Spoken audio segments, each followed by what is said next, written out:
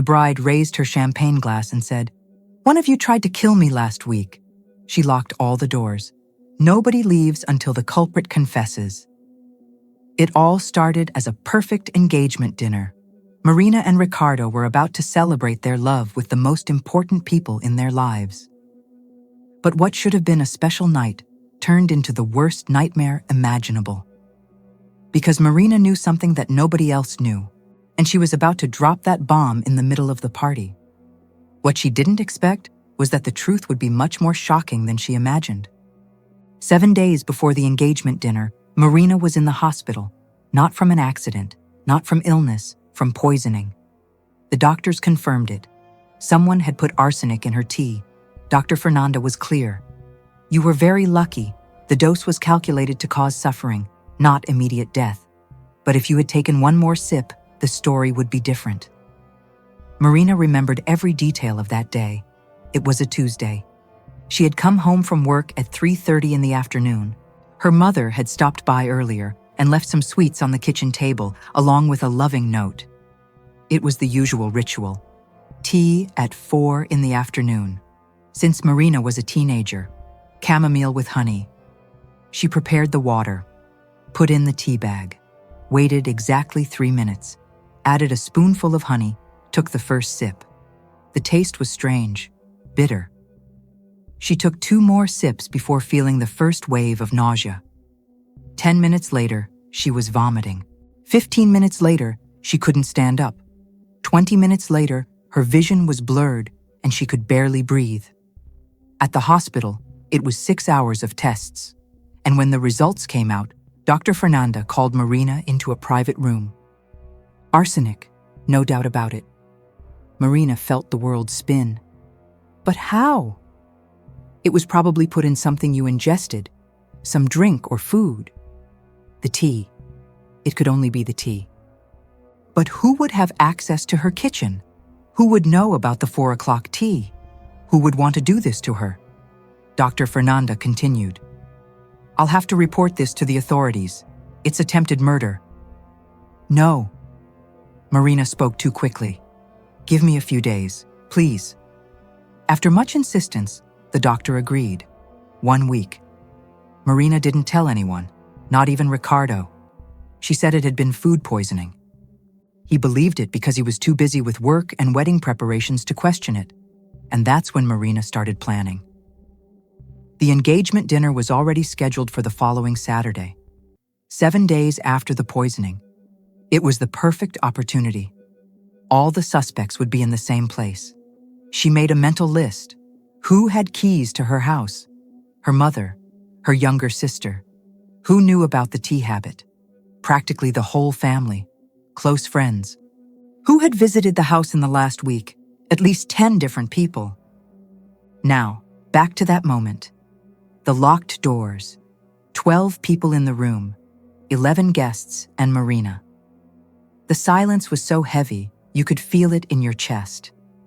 The dining room looked beautiful, candles everywhere, white flowers in the arrangements. The atmosphere should have been romantic, but it felt like a funeral. Ricardo was the first to react. "Marina, what are you talking about? This doesn't make sense." He seemed genuinely confused, or he was a good actor. She looked at him with a coldness nobody expected. "It makes perfect sense, Ricardo, and I'll explain." Marina walked to the center of the room. "Last week, Tuesday, at 4:15 in the afternoon, I had my usual tea. 10 minutes later, I was on my living room floor, unable to breathe. Half an hour later, I was in the emergency room. 6 hours later, the doctors gave me the diagnosis: arsenic poisoning." Some people started talking at the same time. Marina raised her hand. "The dose wasn't enough to kill me right away, but almost. The doctors said if I had delayed another 15 minutes calling the emergency, I wouldn't be here today." Marina's mother, Donna Celia, was pale. She stood up trembling. "Honey, are you okay? Why didn't you tell us?" "Because, Mom, you're also on the list of suspects." The shock on Donna Celia's face was real, or very well faked. Only 10 people knew about my habit of drinking tea every day at 4 in the afternoon. And all those 10 people are in this room right now. Marina started walking around the table. Let's start with access. Who had keys to my house? Mom, you have them. Luciana, my sister, you have them. Ricardo, you have them. Julia, my best friend, you have them. The 4 people mentioned looked like they wanted to hide under the table. But you don't need a key if the door is open, right? And on Tuesday morning, I forgot the kitchen door open, the one that leads to the backyard. It was open from 9 in the morning until I arrived, enough time for anyone to enter. Ricardo's sister, Paula, let out a nervous laugh. So anyone could have entered. Anyone who knew I always forget that door open on Tuesdays. All of you have heard me complain about this, Marina continued. Now let's talk about motive. Paula, you never accepted me. You always thought I wasn't good enough for your brother. Paula turned red. I was angry that day. It doesn't mean I would try to kill you. Your mother-in-law died last year and left an inheritance to Ricardo. But with one condition, he only gets it if he marries before he's 35. He's 34. The wedding is in 2 months. If I died now, the wedding would be canceled. He'd lose the inheritance, and you've made it clear you need financial help to pay for your son's college. The silence was absolute. Paula stood up, hands trembling. You're crazy! Sit down, Paula. I'm not done yet. She moved to the next suspect, Bruno, Ricardo's best man and best friend. Bruno, you and my father did business together last year. You invested $500,000 in the project my father was developing, and you lost everything when the project failed. My father told you it was my fault. Bruno slammed the table. Your family destroyed my financial life. I lost my house. Exactly. Enough motive? Marina moved to her best friend, Julia. Julia, 15 years of friendship. You borrowed $15,000 2 months ago. You said it was for your mother's medical emergency. I investigated. Your mother is fine. So where did the money go? Julia started crying. I can't say. You have to say. Now. I owe loan sharks. I gambled online. I lost everything. The shock was general. And when I said no to more money, you got desperate. Maybe you thought if I died, my part of the company would go to you. No, I would never hurt you. The atmosphere was getting more tense. People started accusing each other, pointing fingers, yelling. Ricardo tried to calm everyone down. Guys, let's breathe. Marina, love, let's call the police. No, the culprit is here, and they'll confess today, because I brought proof. Marina took out a folder from under the table. I hired a private investigator. He tracked each of your movements. Everything is here. Camilla, Marina's cousin, who had been quiet until now, suddenly stood up. I need to go to the bathroom. Nobody leaves, especially you, Camilla. I just need to. You were seen at a pharmacy 3 weeks ago, buying something strange. The pharmacist remembered you because you asked questions about rat poison. Camilla went pale. I really had a rat problem. You live in a building on the 10th floor. What kind of rat climbs 10 floors? Camilla had no answer. And you had another motive. You've always been jealous of me, since childhood. Jealousy isn't a reason to kill someone, Camilla shouted. That's when the lights went out. Screams filled the room. Total panic. Marina felt someone bump into her. A sound of breaking glass cut through the air. When the lights came back on 5 seconds later, the scene had completely changed. The window was broken, glass everywhere, and Julia was on the floor, unconscious, with a small vial in her hand. Marina ran to her. Julia! Julia! Wake up! Ricardo checked her pulse. She's breathing, just fainted. Marina took the vial from Julia's hand, smelled it. The smell was unmistakable. Bitter almonds, arsenic. She had the poison with her, Paula practically screamed.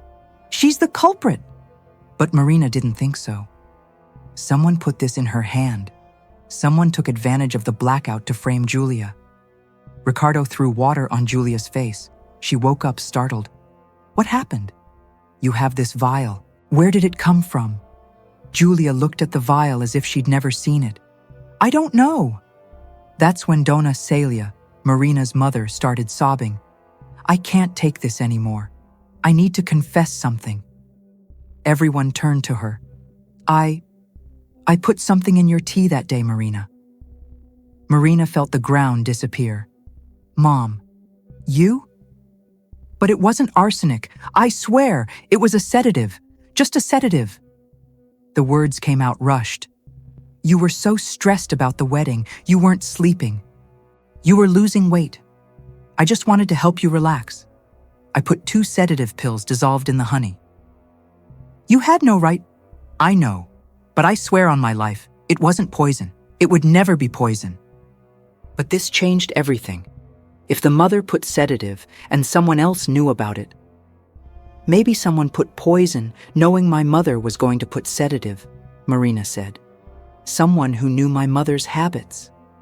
So Jorge, Marina's father, was pale, paler than anyone in the room. Dad, did you know Mom was putting sedative in my tea? Silence. Dad! I knew. The voice was low, defeated. At that moment, Camilla couldn't take it anymore. Marina, I need to tell you something. I'm pregnant. The silence was deafening. And the father is Ricardo. The world stopped. Marina looked at Ricardo. He was white. That's not true, he managed to say. Yes, it is, Camilla screamed. It was at the New Year's party, the party at Paula's house. You were drunk, I was drunk, and now I'm 3 months pregnant. Marina felt like she was having a heart attack. You cheated on me with my cousin? I was very drunk. I don't even remember it well. You don't remember it well? You slept with my cousin and you don't remember? Camilla kept crying. I was dying of guilt. I thought maybe killing you would be easier. If you died, I could be with Ricardo without guilt. No, even with all this, I would never hurt you like that.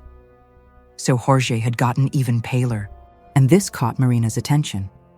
Dad, you knew about this too? So Jorge didn't answer. You knew! I saw them that night. And you didn't tell me? Because I didn't know what to do. You seemed so happy, Marina continued.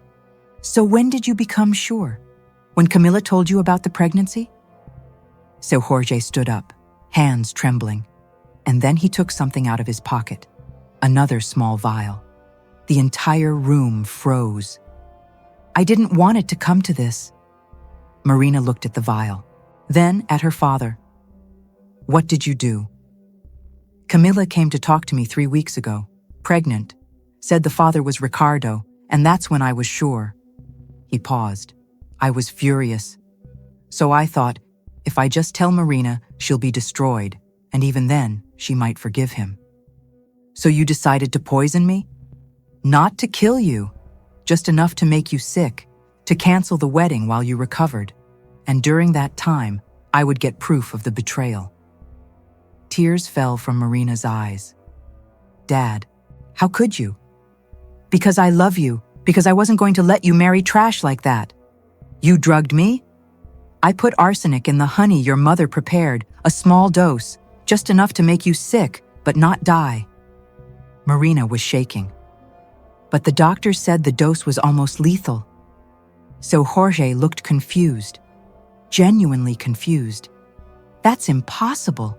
The dose I put in wasn't enough. And that's when Marina understood. So Jorge had put arsenic in, but someone had put more, much more. She looked around the room. Who? And then her eyes stopped on someone who had been too quiet. Donna Marta, Ricardo's grandmother, 82 years old, sitting in a wheelchair in the corner, so fragile, so harmless, or not.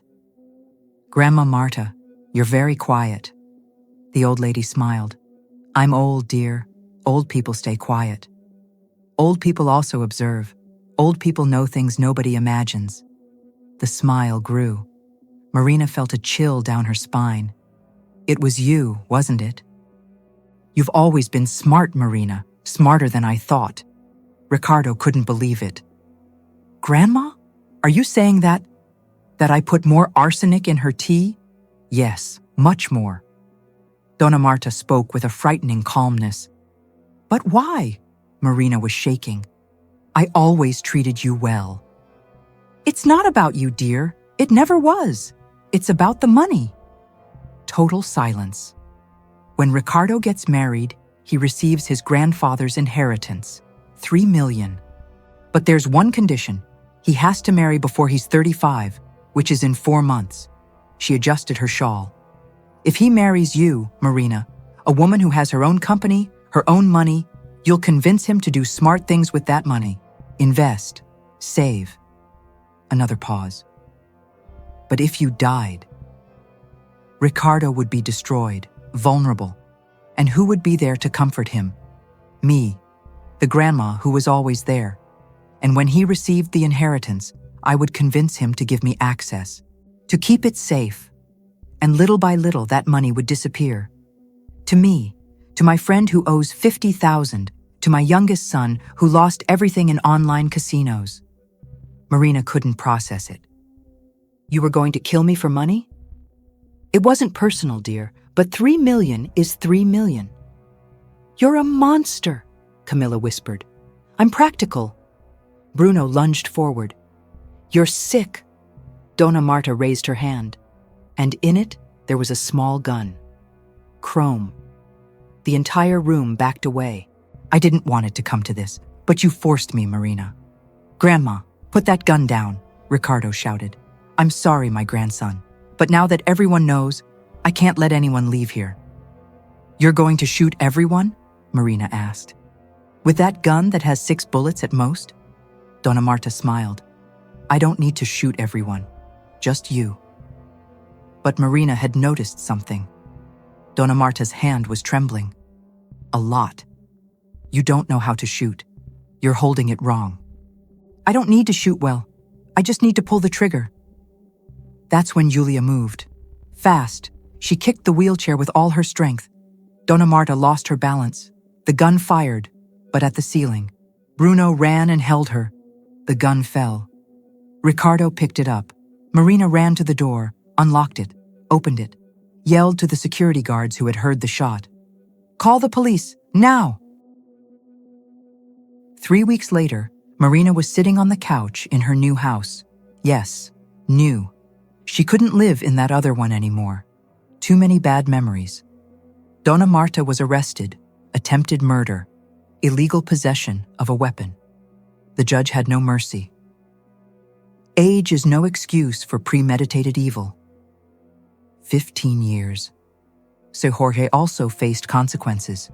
2 years probation and 500 hours of community service. Marina had visited him once. It was difficult. I know you wanted to protect me, but you hurt me. It will take time to heal. So Jorge had cried, asked for forgiveness 1,000 times. Ricardo tried to apologize 1,000 times, sent flowers, called, showed up at the door. Marina listened to everything, once, and then said, I don't hate you, Ricardo, but it won't work.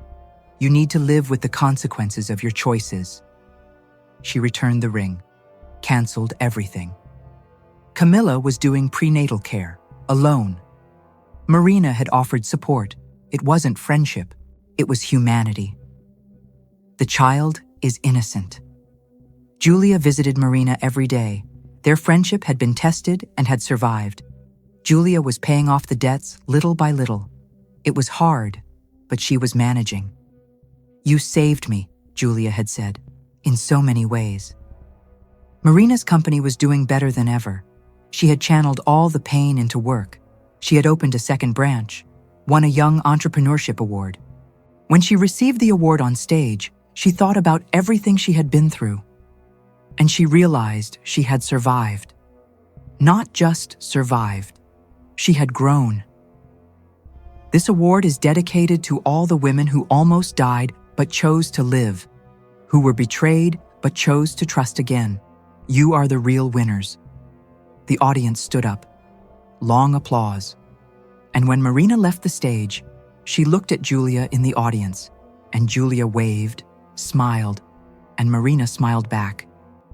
Because in the end, after all the chaos, all the pain, she had kept what really mattered: true friendship, inner strength. Marina never drank tea at 4 p.m. again. She switched to coffee, always prepared by herself. Some scars you carry forever. And that's okay, because scars mean you survived, that you fought, that you won. 6 months later, Marina was giving a lecture. The topic: resilience in business and life. At the end, a girl asked, "How do you overcome when the people you trust most hurt you?" Marina thought, "You don't completely overcome it. You learn to carry it. You learn to choose better. And you learn that the most important person to trust is yourself." The audience applauded. She started a podcast, Survivors. She interviewed people who had been through extreme situations. The podcast exploded. And gradually, Marina realized something. That horrible dinner had been the best gift she could have received. Not because it was good, it was horrible, but because it woke her up to the life she was living without questioning. That dinner changed everything, destroyed everything. And in the destruction, it created space for something new, something better. 5 years later, Marina was in a cafe, alone, happy to be alone. A man approached. "You're Marina from XYZ company, right? Your work is incredible." He was handsome, had a genuine smile. In the past, Marina would have gotten excited immediately. Now, she just smiled. "Thank you. Want to sit?" They talked. It was good. He asked for her number. She gave it, but without expectations.